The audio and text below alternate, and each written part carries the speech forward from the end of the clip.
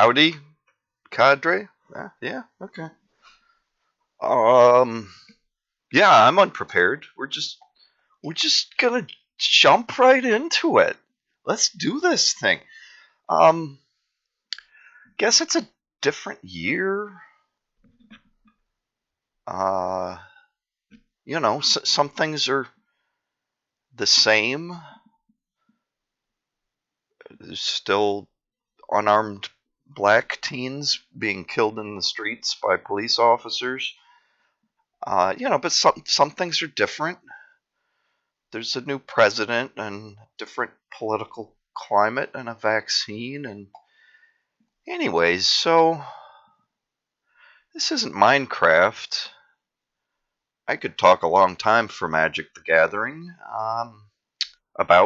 Wizards. The coast.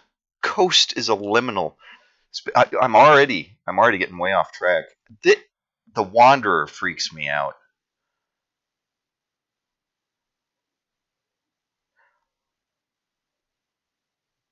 I I honestly suspect that I have a trans-dimensional soul link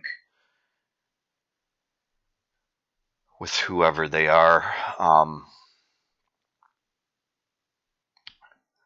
That I'm not wasting my gold on sleeves though. I do sometimes grab some of these like shiny. These are special cosmetic uh, versions of cards, but unless it's like a key card in a deck or a favorite card, or it's nice for it to stand out in the deck. Anyways, let's get in. Let's play. I I hate Sparky, but we're just gonna play against Sparky. I was gonna rename this.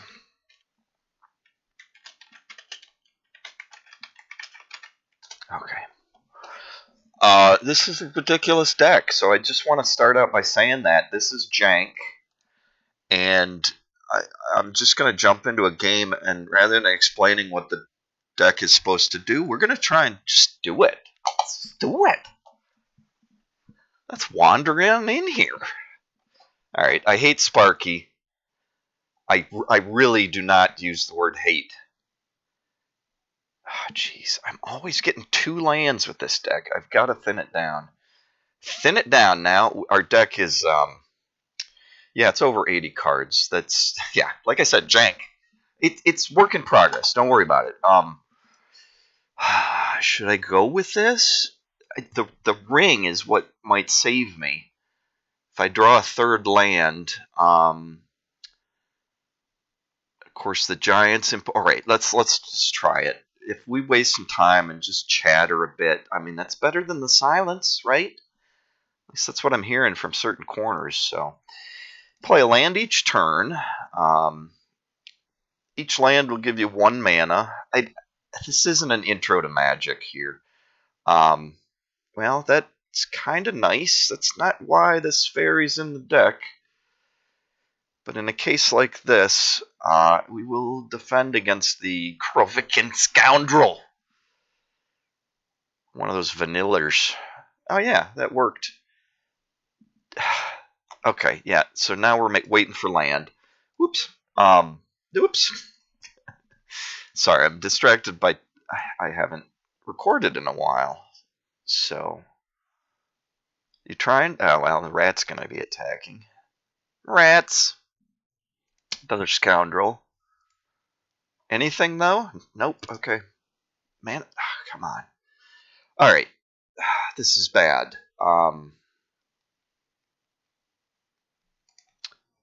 I should have mulliganed. I mean, really, nothing matters. Nothing really matters. The Nihilist is creeping out. Anyone can see. Nothing really matters to me. You guys coming yet? The rat. All of you. All right. We'll do a scoundrel. Oops. No. It's got an activated ability, so I've got to pass to blockers. All right. And they're going to have... What is it called? I can't remember the name, but it's +2/+0 and indestructible till end of turn. Unlikely aid. Yeah. So now their scoundrel is 4/1, so I'm just going to bounce my fairy to my hand through its activated ability, which makes me lose 2 cards, but I'm discarding cards anyways. But this is bad. I don't want to. I don't want to. All right. I'm probably gonna lose this one. That's fine. I should try and get. I should have mulliganed for your sake. You don't want to see this junk. All right. We're gonna start over as we should have in the first place. I'm recording, right? We got audio. All right. It looks like it's working. All right. Let's just do this. Let's just wander into a game. Oh boy, no, you should have 60 card decks, and this I have this tendency. I mean, like I said, nothing really matters. I'm just sitting here playing by myself, so 2 lands. Again, we have the ring. Let's try it. All right. Fortunately, this time we have a land that gives us 3 different colors. I have one of each triome in here. I love these. I love these lands. They're totally new tech. On this one, I have red, white, and blue, which is nice because I can cast a couple things here. I guess I'll add the green. And this is a aggro red rush deck, so we're going to use our fairy as a wall again. These have a sorcery kind of hidden in them, an adventure they can go on before you cast them, but I just need defense. All right, we got the ring. So the ring's important for this deck because it gives a mana of any color, and this is a four color deck. I guess 5.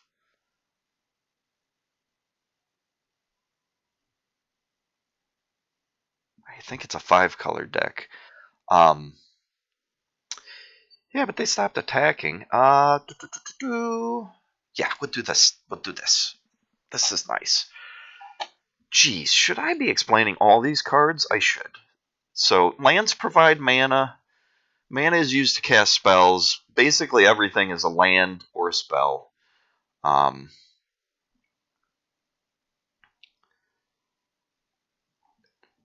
Creatures can attack your opponent, but then their creatures can block. Mine flies, so I could be attacking, but then it wouldn't be able to block his incoming attacks, so I'm just kind of waiting. Oh, darn it. This thing scares me. Yeah, we're working. Oh, I got the bishop. Bishop! Okay, we'll do that. So this deck it does not care about attacking. Our win condition is not getting the opponent's life to 0 as normal. No. I do not want my wishes reduced to ashes. Oh boy. I can save it, but I have to discard 2 cards. And 2 of the cards I have are part of my combo. I guess that's the answer.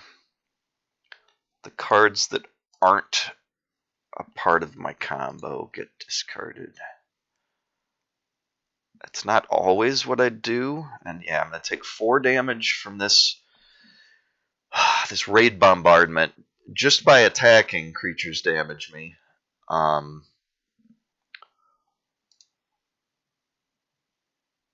Yeah, it's all the same.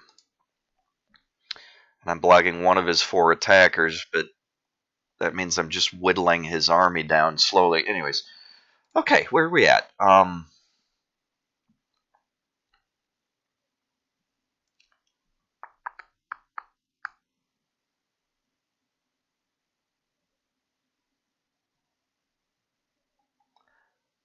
guess I'm recasting the fairy as a wall. Okay, what just happened? This is complicated. Okay, let's go through this quick. None of this is part of the combo. This is part of stalling. And of course, the Fairy of Wishes. This. What? Oh, right. Okay.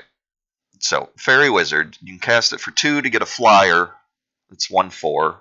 So it's kind of nice wall against these little tiny guys. And I can bounce them to my hand by discarding cards and spending a little mana.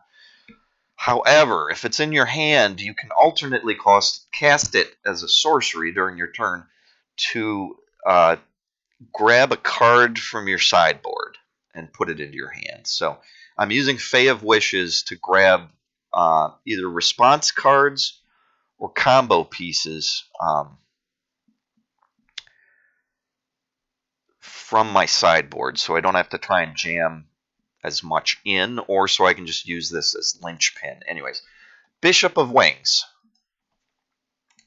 This is a human cleric. Whenever an angel enters through, and it's another wall, but it's on the ground. It doesn't fly. Whenever an angel enters the battlefield, I gain 4 life. And whenever an angel dies, I get a 1/1 flying spirit token. However, I also have, this is a key card in the defense of this deck, and it helps with combos a little bit, drawing and other stuff at times. I love decks like this because there's a lot of interactions, a lot of complexity, and just managing it is a challenge. Just figuring out the forking paths. It sounds like I'm swearing. I'm swearing at you, Sparky. You just wait. You don't have to talk while I'm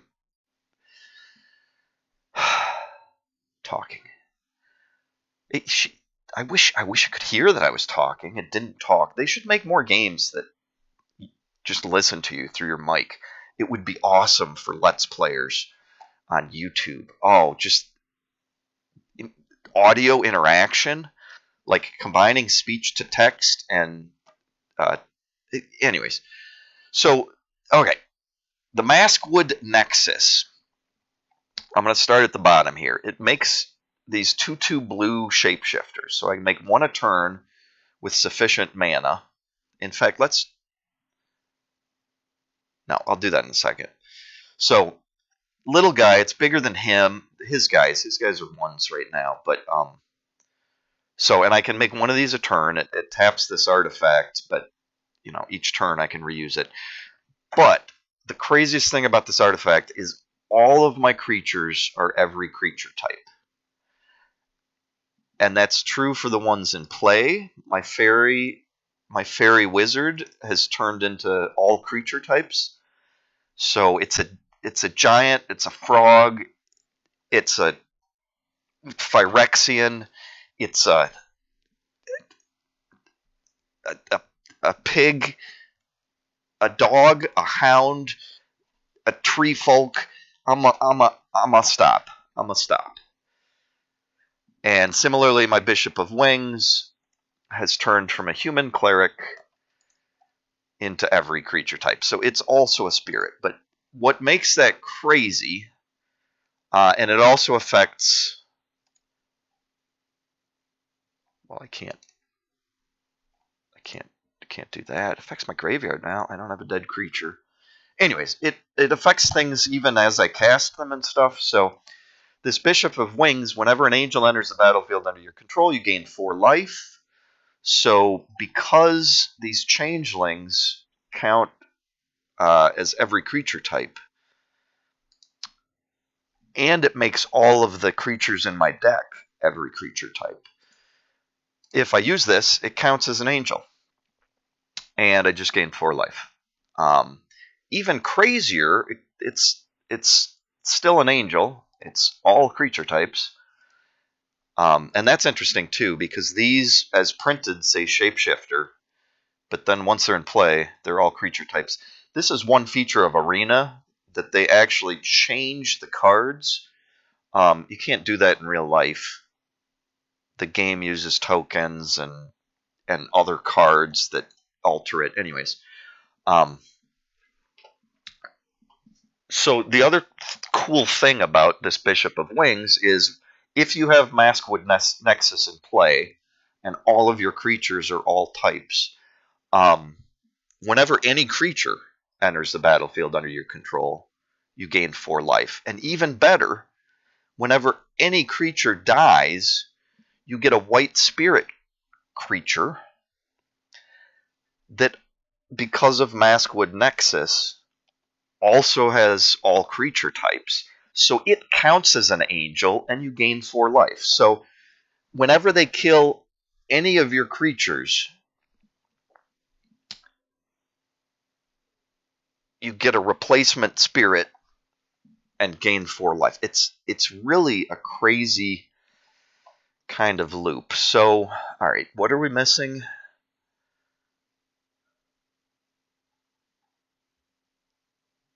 I need more cards, primarily, because my Fae of Wishes will grant my desires. Coming in? Nope. All right. So we're at the end of his turn. We're making another one of these, gaining 4 life. And this deck crazy because we just sit here and just try and manage their threats until we can do our thing. All right. We got Sumala Woodshaper. She is in some ways similar to Fae of Wishes in her role in the deck because she can grab a creature or enchantment from the top 4 cards of my library. And of course, she also is all creature types, so I'll gain 4 life. And I get to pick between some creatures and enchantments. Now, I already have a copy of this in my hand, which is a key part of the deck, but I don't need to, so I'm going to grab Dawn of Hope. Dawn of Hope Becray, because now, whenever I gain life, I can pay 2 mana to draw a card. And I've been gaining life whenever, as long as this guy's in play, I will gain life whenever a creature enters the battlefield or a creature dies because it triggers the first part. I'm tempted to save mana to be able to protect my Fae of Wishes, but I have so few cards that I'd have to discard, 2/3 of my hand to do it. So I'm just going to get this enchantment. Doesn't do anything yet, but now the other part of this is for 4 mana I can make a soldier that has lifelink. Because it has lifelink, when it gets into combat, it should deal damage and I can draw a card. But beyond that, because, again, of my Maskwood Nexus, even the token I make from this enchantment counts as an angel and gains me 4 life. So, again, we're just building a wall and biding our time. This is definitely like full-on control deck. I could be attacking in the air or trying to get 2/2s past, but I don't really care. I have 5 blockers. They have 5 attackers, and now I've gained enough life that even the raid bombardment, I'm not too scared of. Yeah, you've got to learn to planeswalk before you planes run. Just shut up, Sparky, please. I'd like this to be a short video, and I'm already failing at that. I don't need to do that now. I have 3 6 mana. Oh, my replicating ring's about to go off. Couple turns. Great, we'll bide our time. One thing I like about this deck is there are a lot of... No attacks, no attacks. There are a lot of things I can do even during my opponent's turn, like use this artifact or this enchantment. 6 mana. I guess this will have lifelink, so, and either one, again, triggers bishop, and when I gain life, that triggers Dawn of Hope, so now I can pay 2 mana to draw a card, and that was extra life and an extra card right at the end of Sparky's turn. Okay.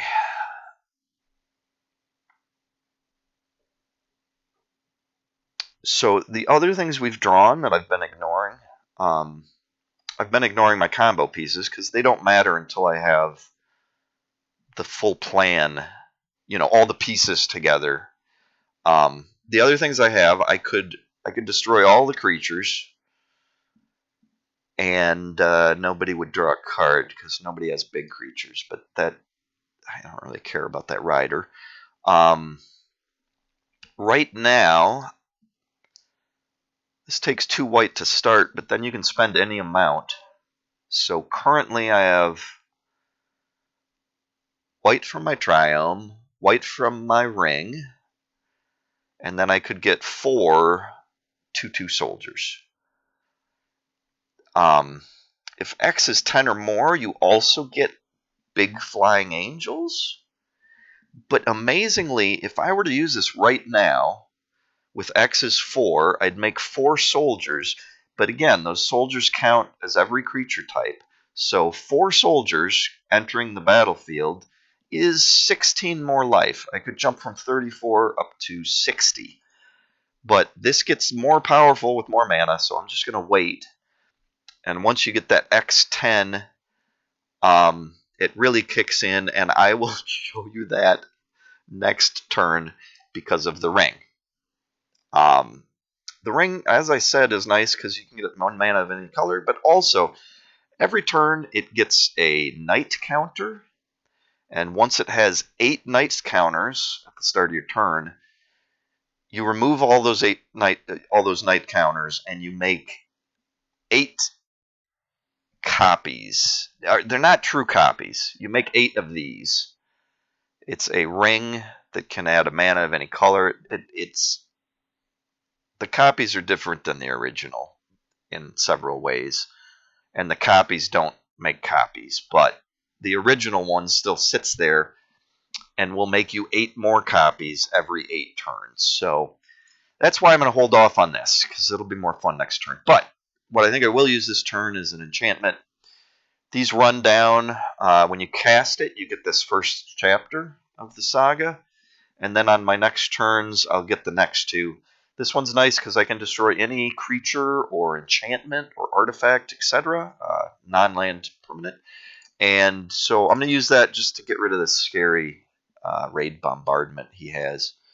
It really annoys me how these sagas pop up over what I want to target. I wish the saga would pop up on the left. Anyways, goodbye, raid bombardment. And we wait another turn. This deck is a lot of waiting, but I think I've already won. I mean, Sparky has bad decks. I really wish they would give Sparky a huge upgrade. There's so many simple things they could do to upgrade. So now they've attacked, but I've just saved 5 damage by getting rid of the enchantment. And, of course, now I can block. And, I don't want to lose my Bishop of Wings, so I'm not even going to block with it. We're going to get a 2/1 on a 3/2. Yeah, I haven't explained this, but the first number in the corner is how much damage it deals, and the second is how much is required to kill it. So a 2/2 and a 2/2 will kill each other. A 1/1 and a 1/1 will kill each other. In this case, I'm picking my 2/1 against his 3/2 because it's going to be effective. And I don't care if these die much, so I'll put a 2/2 against his other 3/2. 2/2 against the 1/1's always smart. I get a 1/1 against the 1/1 and a 1/4, so that'll live. So I'll be losing 3 creatures, but those 3 creatures are going to make 3 spirits, which count as angels, which will give me 12 life. when they come into play. So let's do it and see if he does anything mean. This is a natural trigger. This goblin like recruits another goblin when you block it, so that's fine. It's not attacking, so I can deal with it later. But I've killed 5 of his guys. He's killed 3 of mine. I'm going to gain 12 life. When I do, I can pay 2 mana to draw a card. I can only do that once because I'm out of mana. And now it's my turn. And my ring just made 8 copies. My Binding of the Old Gods has moved on to its 2nd chapter, and I get to grab a forest, including one of these triomes. I don't think I need any of this mana. Well, let me just make sure. No, I've got all these rings. 2 blue. Let's see. The black and blue are low. I probably should get a black and blue triome. It enters tapped, but I don't care. My rings just copied, so I have 8. Well, I have 9 of them total. So I think we're ready. With all this mana, I think we're ready. Oh, but I was going to demonstrate this. Let's just go ahead and make x equals 10 so that this is going to cost 12 mana. X is 10, but you add the 2 more white for the total you need. And so we're going to make 10 soldiers, but also because X is 10 or more, and I'm just keeping it at 10 because I don't need to go overkill. I mean, this is overkill, but anyways, we'll also get angels. So we're going to get 20 creatures out of 1 spell. All 20 creatures are going to trigger the bishop, so we're going to gain 80 life. Let's do it. Bishop triggers. Oh, now I could draw cards, but I'm not going to. Each of these life gains triggers its own Dawn of Hope, or, triggers Dawn of Hope separately. The triggers just go on the stack, and then you kind of work down through them. Oh boy. 103 life, 107. So this combo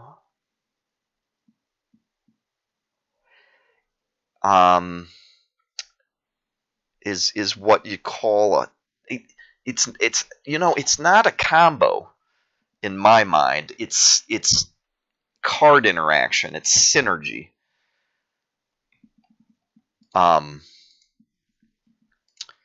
Some people would call this a soft combo because it's not ending the game immediately. I'm going to block a spirit because a spirit counts as an angel, and when an angel dies, I get a spirit, so I'll get a new spirit that counts as an angel and more life. 131. Okay.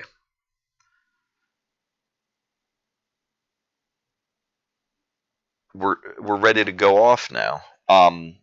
Binding the Old Gods just finished its thing, and my creatures have Death Touch, which doesn't matter because he doesn't have creatures, or she. Sparky. I should call Sparky Z.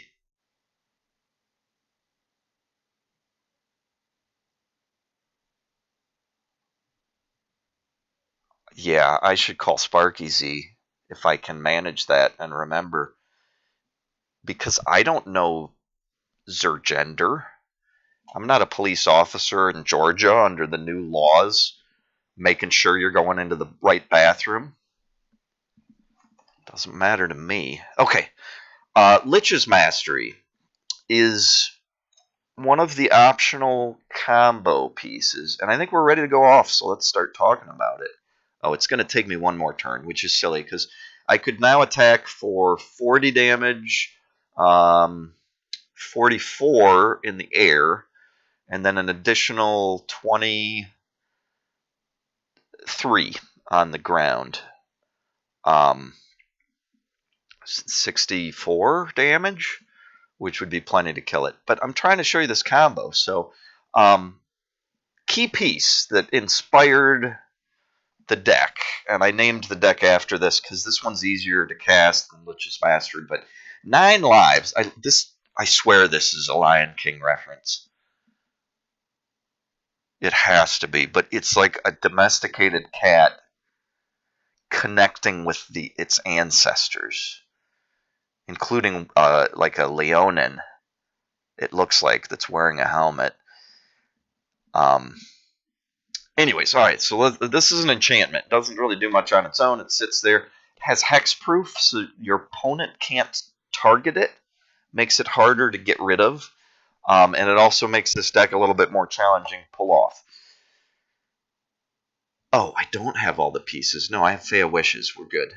It'll take me a couple turns, but let's get through this. All right, so this enchantment, not a big fan of it. When I read it, I'm like, oh, that's weak. If a source would deal damage to you, prevent that damage and put an incarnation counter on 9 lives. When there are 9 or more incarnation counters on 9 lives, exile it. So the enchantment just leaves the game.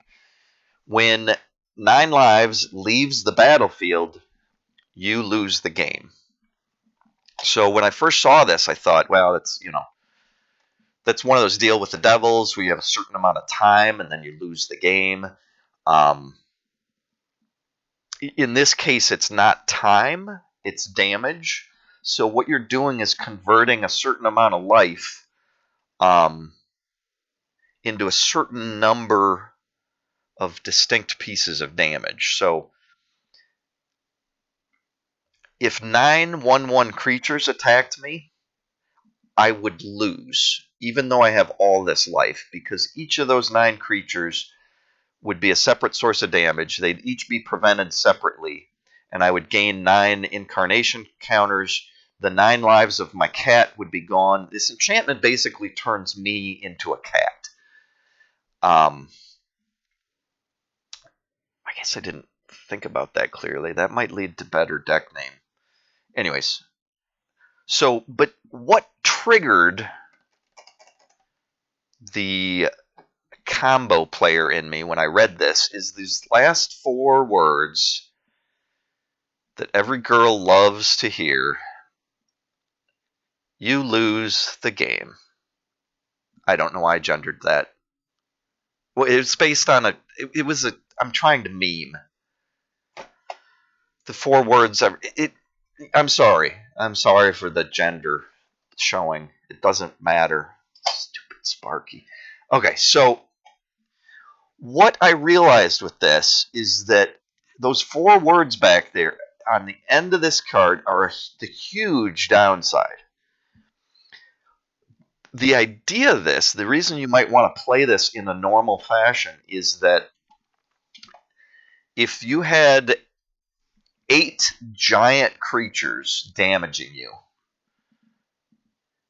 it doesn't matter how much damage each is dealing, because for each source and for each, distinct dealing of damage, separate turns or whatever, the full damage from that source is prevented for that time, for that instance, and you get 1 incarnation counter. So while this is weak to 9 tiny creatures, it's very strong against a small number of huge creatures. And if you imagined he had 1 creature that was 200 attack power, normally it would hit me in 1, or it would kill me in 1 hit. Yeah, just hold on, Sparky. We're trying to teach the cadre some magic here. So yeah, a 200/200 would have to attack me 9 turns in a row to kill me, because my life wouldn't change. I'd just be gaining incarnation counters, and once I got through the 9th cat life, then I lose. Bad deal for me. I'm not afraid of casting it right now because I'm overwhelmingly in control of the battlefield right now with this huge army that could kill Sparky right now, and I'm toying with her, and that's why decks like this I will just play against Sparky, even though I don't gain benefits. I'm brewing right here. So okay, first piece of the combo. What? So the Johnny and me. Johnny is kind of the player that likes to do complicated things or showy things. For me, it's really about challenge, about pulling, um, and it's about discovery. I really like these complicated decks where you actually learn about possibilities of cards just by using them. Anyways, what I realized is that whenever you see some really big drawback on a card, the Johnny, the combo player, thinks, how could I take advantage of that? And right now in Standard, there are some things that let you trade cards. Oh, crap. I can't pull off the combo until they have a creature. All right, I guess we're waiting. Let's keep going. Okay. Wait, I said this. I have the Fae. No, they need a creature. I don't have a way to give them a creature. There's another Fae. That's even better. Okay. Sorry. So I just cast the. It's called Granted. So the Fae of Wishes is granting me a wish, and we're going to my sideboard and grabbing something that's going to help us get closer.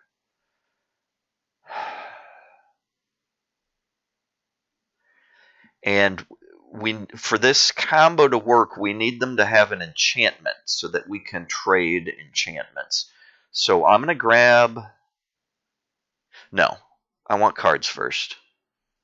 And they have 8 things. So I'm going to grab Into the Story, and we're going to cast that. Draws us 4 cards. Oh, cool. Got a land. And with a fuller hand. 1, 2, 3, 4, 5, 6, 7. Okay, we can wait. I have mana up to save my Fae of Wishes. Alright, and they drew a land. So that doesn't matter. Okay, and again, I could be attacking for the kill. But I'm now waiting for them to get a non-land permanent so that I can do my combo. And as long as I'm wasting my time, I might as well do some things. Well, this is just stupid. 138 life. Sure, whatever. X is 10 again. Another 10 soldiers. 10 angels. 80 more life. Okay, now the 200 power creatures wouldn't be able to harm us.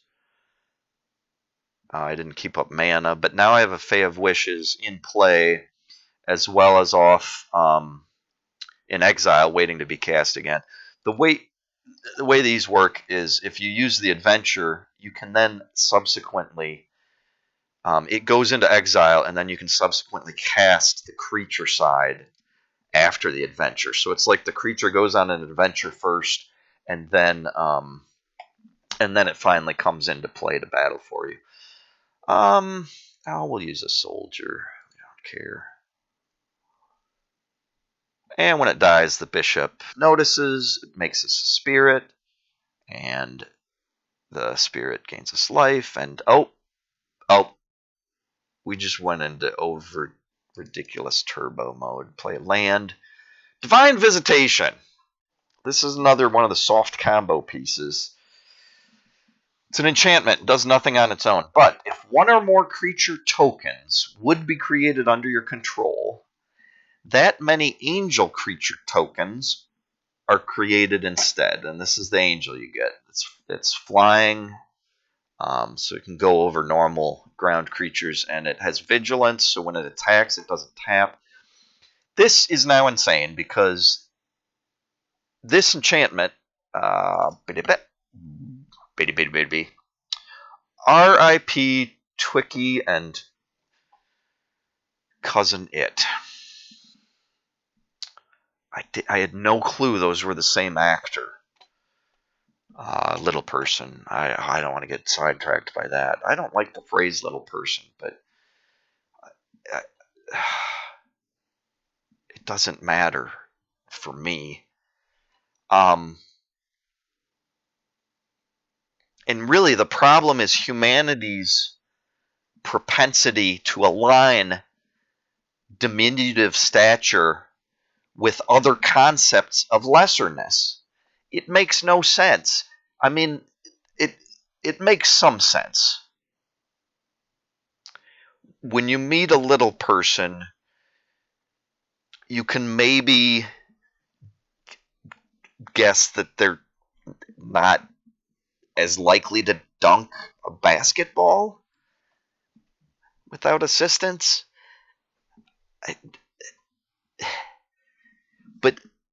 But thinking that makes them lesser in other ways, or that they have less value as a human. I'm sorry, Sparky. I'm pretty sure you're not real or human or. Oh, that's right. I can even mute Sparky.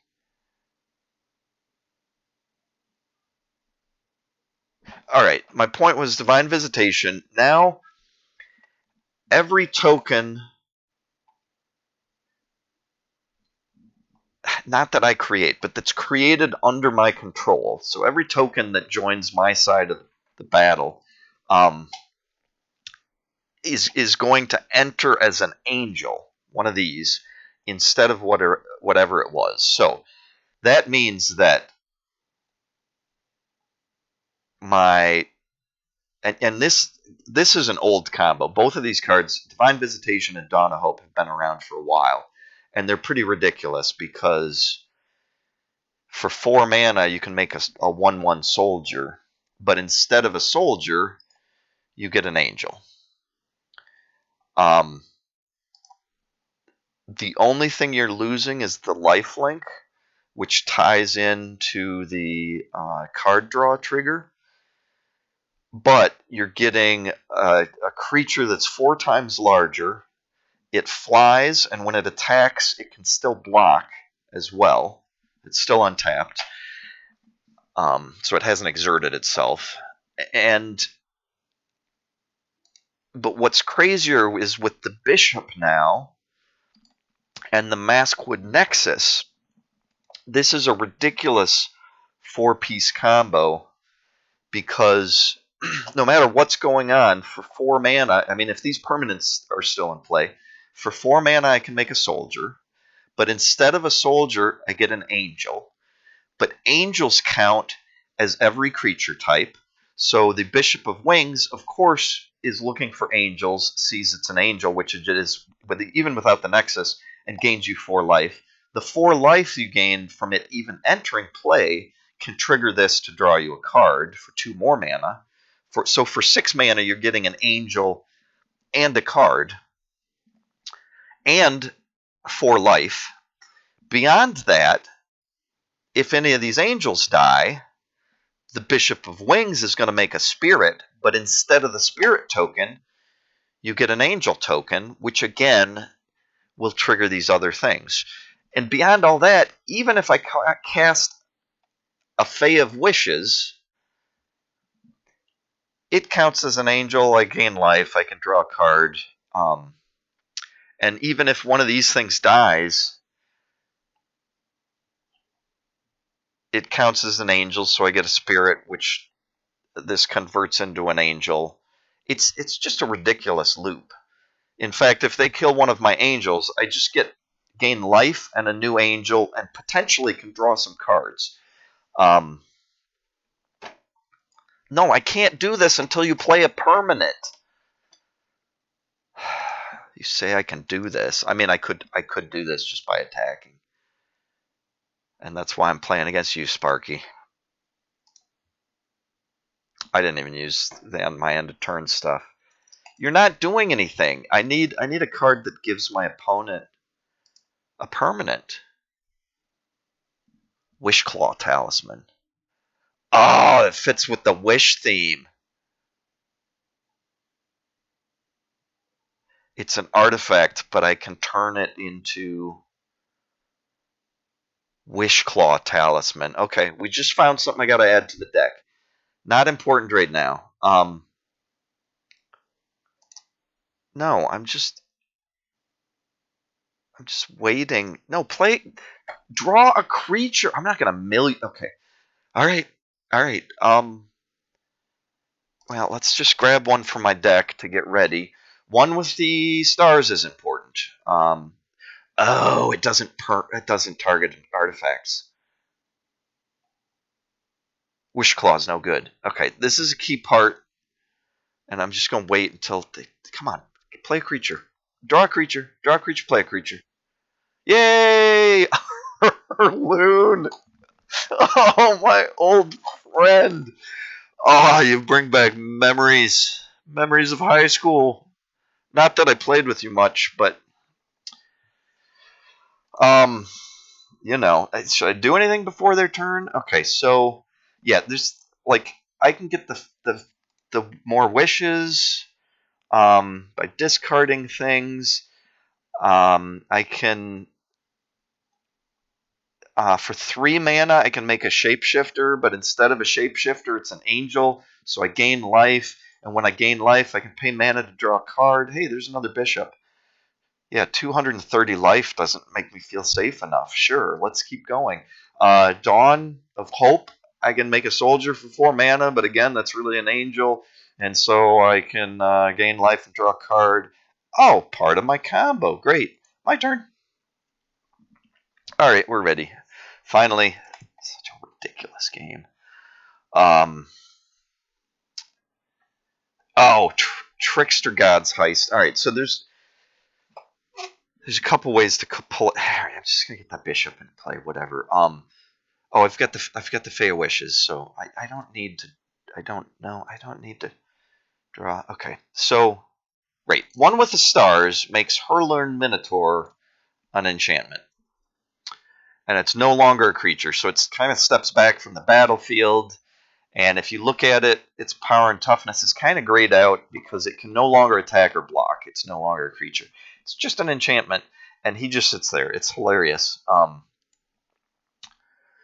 The Minotaurs of the Hurloon Mountains are known for their love of battle. They are also known for their hymns to the dead. Shut up, Sparky! Reading a quote. You broke my flow. The Minotaurs of the Hurloon Mountains are known for their love of battle. They are also known for their hymns to the dead, sung for friend and foe alike. These hymns can last for days, filling the mountain valleys with their low, haunting sounds. But yes, this poor Minotaur can just sit here and wail now. It can no longer attack or block as usual. Alright, so Trickster's God Heist is one of the ways we can give our opponent 9 lives. Turn them into a cat. Holy cow! This is like some old school witchcraft right here. This is some Eye of Newt stuff. I mean, normally when you turn your enemies into something, it's something more helpless, like a frog or a slug or a bug. Shut up, Sparky.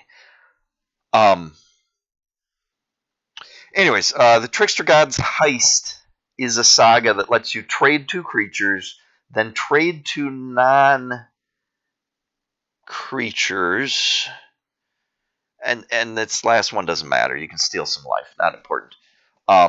What is important is that we turn them into a cat, and we can now do that because we've given their Minotaur is an enchantment, and 9 lives is an enchantment, and so Chapter 2 of the Trickster God's Heist would less trade, but I'm finally impatient and have all of the resources I need to pull this off. So we're gonna make another wish. to our fairy and go get a role reversal, which is a sorcery that's lets us. It's going to let us do that right now. Exchange control of 2 target permanents that share a permanent type. So I could trade one of my lands for one of his lands, or other things. But the whole point of this is to turn them into a cat. Now, hexproof can't be targeted by opponents, but it can be targeted when you control it. So I'm going to take their Wailing Hurlern Minotaur. It's now on my side. It still can't attack. Sparky owns it, but I control it. It's on my team now. But more importantly, Sparky is now a cat. So I could win by attacking with 9 creatures, even my smallest, and that would put 9 incarnation counters on it, which would exile it, and they would lose. But I'm here to show you the combo, which is in our grasp. So the most ridiculous way to end a game. And some of the combo parts, like I pointed out, Trickster God's Heights could have worked instead of Role Reversal. But having different tools that are different spell types and things can not only surprise your opponent, keep them on their toes between games, whatever, but it can also give you different options. Like, I put these enchantments in the deck because I have a couple ways between shut up, Sparky. Yeah. Between Smala Woodshaper, who can grab one off the top 4 cards, and no, sorry, wrong button. Idyllic Tutor, which can search your whole library for an enchantment. So I've put the Trickster God Heists in the deck because there's ways to pull it from that. And then I put the Role Reversals in the sideboard because the Fae of Wishes can grant any non-creature card from your sideboard. So it could grab either enchantment or sorcery, but by putting the sorceries in the sideboard, I can get it through the Fae, and the Trickster Gods I can get through card drawing or whatever. So, and I wanted to point out Lich's Mastery. Oh, we're so close. We're so close, Sparky. Thanks for being patient. Well, let's slow roll this. I was talking about alternate cards that fulfill the same role. So, yeah, I know. Walk then run. If you're a baby with diarrhea, you can run before you walk. If you're a pair of stockings, you can run before you ever walk. It's possible. It's not common. It's unlikely. I know I can do this. I have all the tools. I'm just trying to explain to the cadre. Okay, so why am I looking in the graveyard? Oh, the alternate. Yeah, alternate versions of cards. Anyway, so another option other than 9 lives that ends with you lose the game is Lich's Mastery that says you lose the game. So I could have cast this. This one's cheaper and funnier because you're turning him into a cat. I guess this one you're turning him into a lich.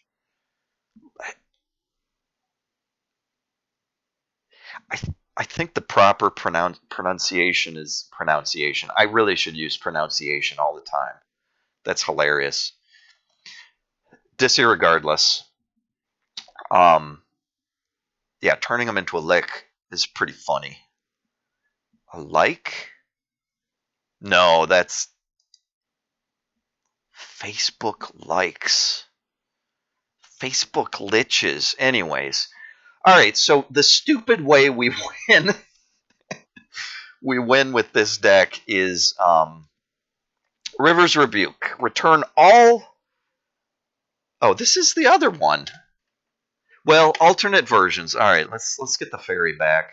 Oh, I had one in play. Oh, now I'm using all my mana. 6 left. Okay, I can't do it this turn then. I'm stupid. We'll wait a turn. Just because I want to show you the other sorcery, the other 6 mana sorcery that does the same thing. Boop, boop, boop. Fairy! Come back to me, fairy!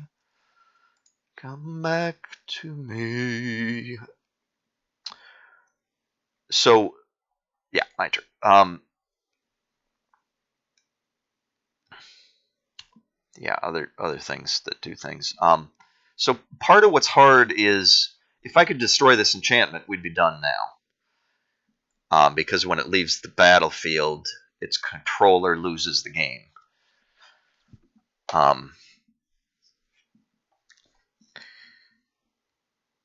So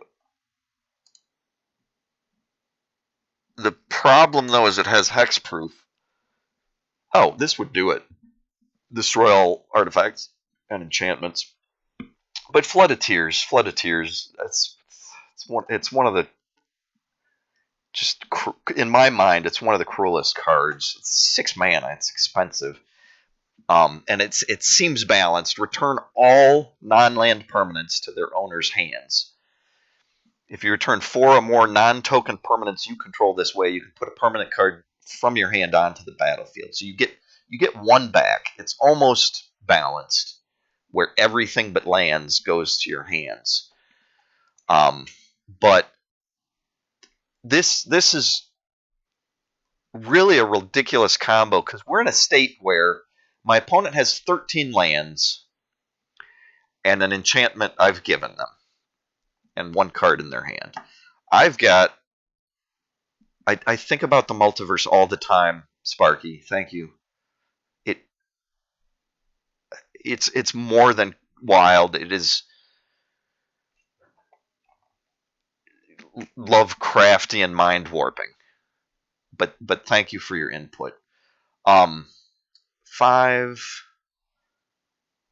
I have 12. I have 12 lands. So in a way, we're breaking even on this. But the crazy part is, while I'm returning 1 permanent they control to my hand because I own it, it goes from their side to my hand, just like the Hurloon will go to their hand, but the enchantment on it will go to mine. But I'm going to be bouncing how many permanents to my hand? 1, 2, 3, 4. Oh, these don't count. They're tokens. 1, 2, 3, 4, 5, 6, 7, 8, 9. So I'm returning 9 permanents to my hand. Because that's more than 4, I'll be able to put 1 permanent back into play. But I'm also removing all these tokens from play, which try to go to my hand but can't exist there, so they're going to disappear. So I'm going to be just exiling 31, 35, 36, 40, like, 50. Sorry, my trackball has just stopped functioning. We are going to win this game pretty soon, I promise you. Hold on, Sparky. Yeah, I will destroy you, Sparky. I hope you know that. Presuming you're not alive, I will be the end of you. All right, so yeah, I wanted Flood of Tears because it's just funnier. It's just funnier. River's Rebuke, I could target her. I could target Zur and return the 1 permanent she controls to owner's hand, which is mine. And because it's leaving the battlefield, the game would end. But instead, I'm going to do Flood of Tears because it's funnier. It sounds better. Instead of a river winning the game, it's a ridiculous number of tears. It's probably the tears from this Minotaur that can no longer fight and can only wail until the end of the battle. Anyway, so Flood of Tears is we're going to return everything that isn't lands to our hands. All of those tokens disappear. And now, because of the Flood of Tears clause, I can put 1 permanent into play. You can see it's graying out my my spell. I have one spell in my hand that's not a permanent. But I can put anything else I want into play. And the funniest one is Lich's Mastery. So I'm going to do that because Lich's Mastery. Oh, no, wait. Darn it, we won already. Come on, I was playing cat and mouse. And I was the ridiculous mouse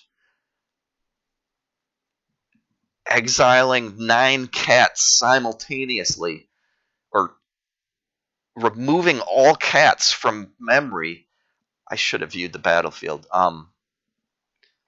Let's just go in here. I could call it, what, Cat Scratcher? The thing is, Lich's is funny.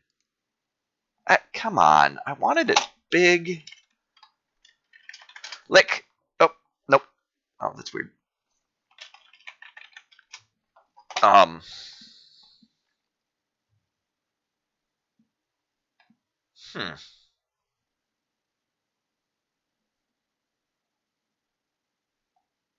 Sorry, getting distracted.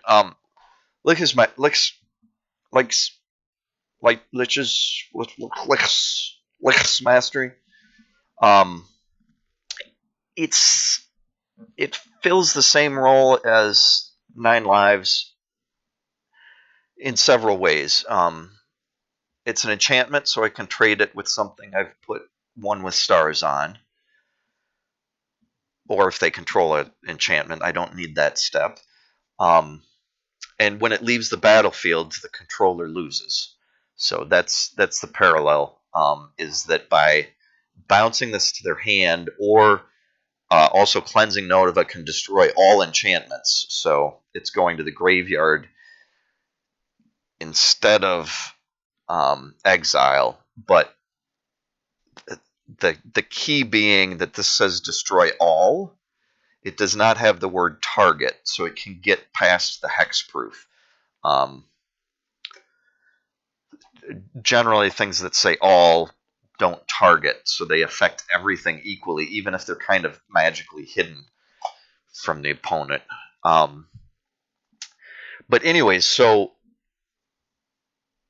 in that way, Lich's Mastery fulfills the same role. It's worse for the deck because it costs so much more. And I've had this card in my back of my head for a long time, but then when they released 9 Lives, I'm like, holy cow, that's half the mana value. It's 3 total instead of 6. So you can play it so much faster,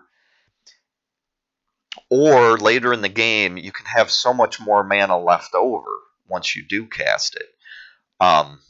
And it's also, a lot of the combo pieces here are white for the stalling, the life gain, and the searching for enchantments, and also the board wipes. I have, the Cleansing Novas, the Wraths of God, Shatter the Sky, and the Realm Cloaked Giants, all because they can wipe the board.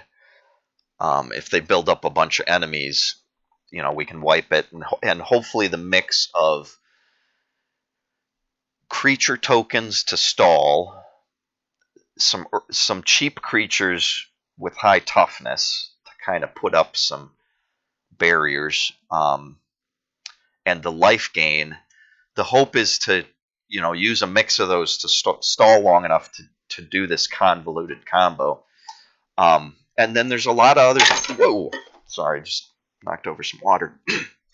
There's a lot of other things in here that just kind of play with the combo or buy time. In addition to the board wipes, and I've got some others in the sideboard. I've also got.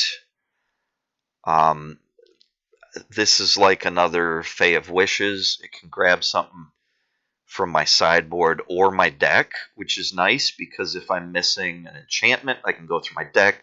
If I want a spell, I can go to my sideboard. I have one of these, and it Oops, it plays pretty nice. Hey, quit it. Um, it makes an angel, which works with the Bishop of Wings and is a nice flying wall. It's also a good flying attacker. But and then second chapter, any angels I have, and again, if I have the Maskwood Nexus out, all of my creatures are angels. They can all tap to destroy things with less power than themselves. And then the third one, the angels get double strike. I don't care about the third chapter. In fact, most of these sagas, I don't care about the third chapter. Death Touch almost never helps me. The double strike on angels almost never helps me. Steal 3 life usually doesn't matter. But one thing that's nice about the sagas is I can use a Flicker of Fate, which exiles a creature or an enchantment and brings it back immediately. So I can kind of reset these sagas. If it's between chapter 2 and 3, I can make it leave play and come back, and then it'll start on chapter 1 again. And resetting the saga in that way lets you double, get a second angel and then second destroy turn, or trade 2 things, trade 2 other things again, or destroy something of theirs and search for a land from me. All of those are great combos. So the third chapter, it isn't as important for these matters, which is true in general anyways. You'd like to have the most powerful effect of the saga early on so that you're sure to get it, and then they might destroy it or whatever. Anyways, so other things in the deck, Banishing Light can get rid of any non-land permanent, just 1, but it's 3 mana and it can buy you a lot of time, prevent a lot of damage, or deal with nasty things that might interrupt our combo. Profane Procession, I only own 1 of these, but I got it in here because if I have a lot of mana, you can exile up to 3 creatures with this.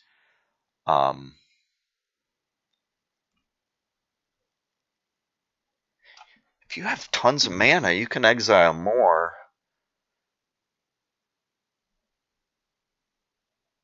I should not get trapped in the Profane Procession.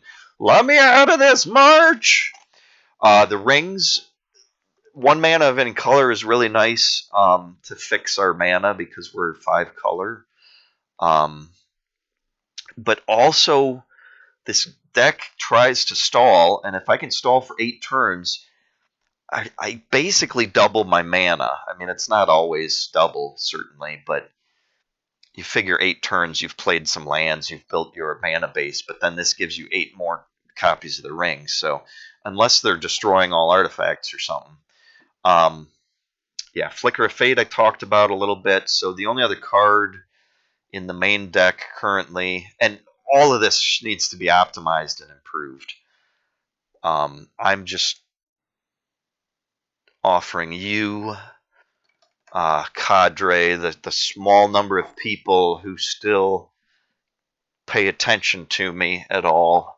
And then, I welcome newcomers. We're not exclusive here. I just have grown used to not getting newcomers except for the bots, and even the bots have pulled back. I think it was part of a software war. Jeez, I need to finish this video. How long have I been talking?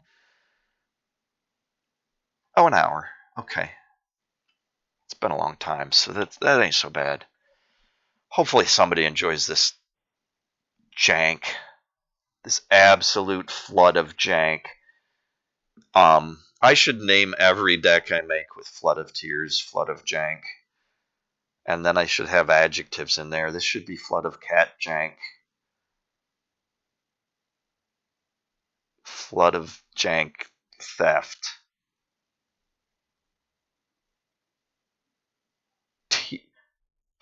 Tear Flood. I don't know. Yeah, Realm Cloak Giant is really cool because it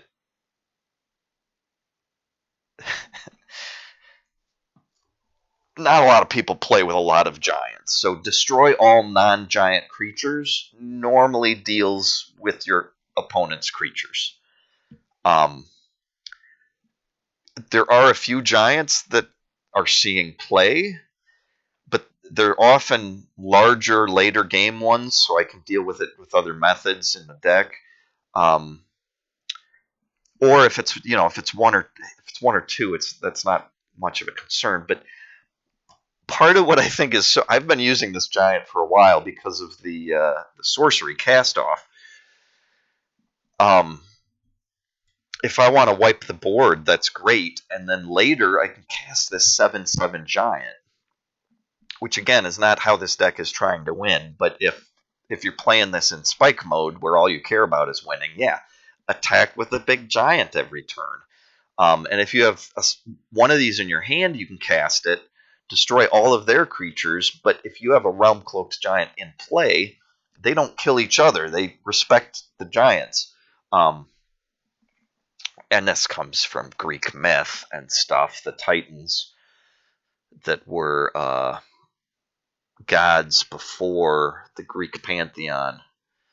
Anyways, but the most amusing part of this sliding into this deck is that because it says destroy all non-giant creatures, if I have Maskwood Nexus in play, and all of my creatures are all types, then they're all giants, which means if I have this artifact and cast this sorcery, cast off, the adventure, I will kill none of my creatures, but usually all or almost all of theirs. And yeah, I thought I might do multiple videos on this deck, but well, we might try and improve it. Yeah, we got to get the countdown way closer to 60. I'm not one of those people that cares much about that, as you can tell, but it is a really good idea to keep your deck as small as possible because the variability of shuffling just amplifies the more cards you get. And one of the things that even old school players dislike about this game often is that if you don't have a good opening hand, you just can't win. I love that. It's the great equalizer because you can't, even the best deck can get a bad shuffle and stumble and lose to a deck of commons or a new player or whatever. But yeah, so I just took one out. I didn't mean to. I mean, maybe I don't need, for real. Maybe I don't need. I mean, part of it is I can just whittle down numbers here. But there are some things I'm tempted to increase, like the Maskwood Nexus. I did just get a second one, so I could put it in sideboard, so I can get it with Fey Wishes. Oh, that's what I was gonna say. Jeez, come on, get through it. The Fey of Wishes can grab a non-creature card, so I have no creatures in my sideboard, and that's one reason the Realm Cloaked is 4 of in the main. Because I want to be able to grab everything in my sideboard I can with Fey of Wishes. I have 3 of those and only 1 Mastermind's Acquisition. That's just, I mean, I spent some rares on this earlier on, but I have a kind of rule for myself on Arena where I don't spend, I may have broken it a few times, but general rule of thumb, I don't spend wild cards on a 4th copy of a card. I'll just play with 3 copies in the deck and add other draw spells or look for alternatives that will function similarly. But anyways, so part of the key of the sideboard is that the Fey of Wishes can pull all of it. So I've got sorceries that can help the combo, sorceries that can draw cards, some cheaper than others. I've got sorceries that can try and wipe the board. Then I've got parts of the combo. Role reversal is 1 to trade. 1 with the stars is 1 to convert one of their creatures to something I can trade as an enchantment. Maskwood Nexus is 1. That's the kind of soft combo that doesn't win the game, or could, and I'm not playing that way.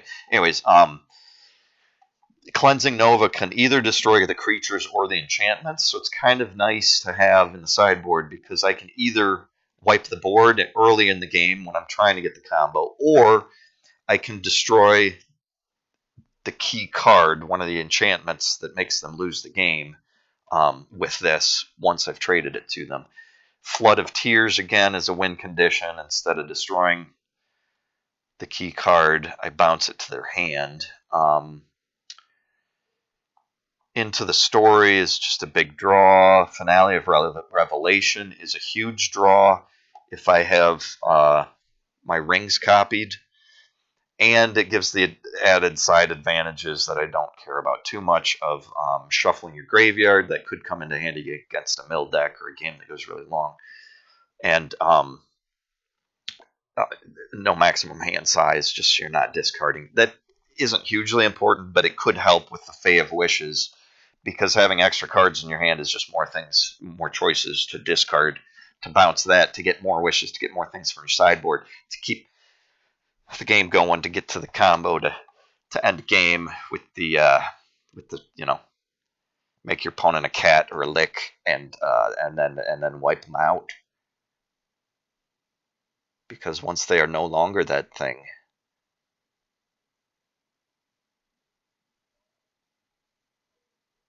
they leave the they die, or they leave the game, or they exit the battlefield, or they leave play,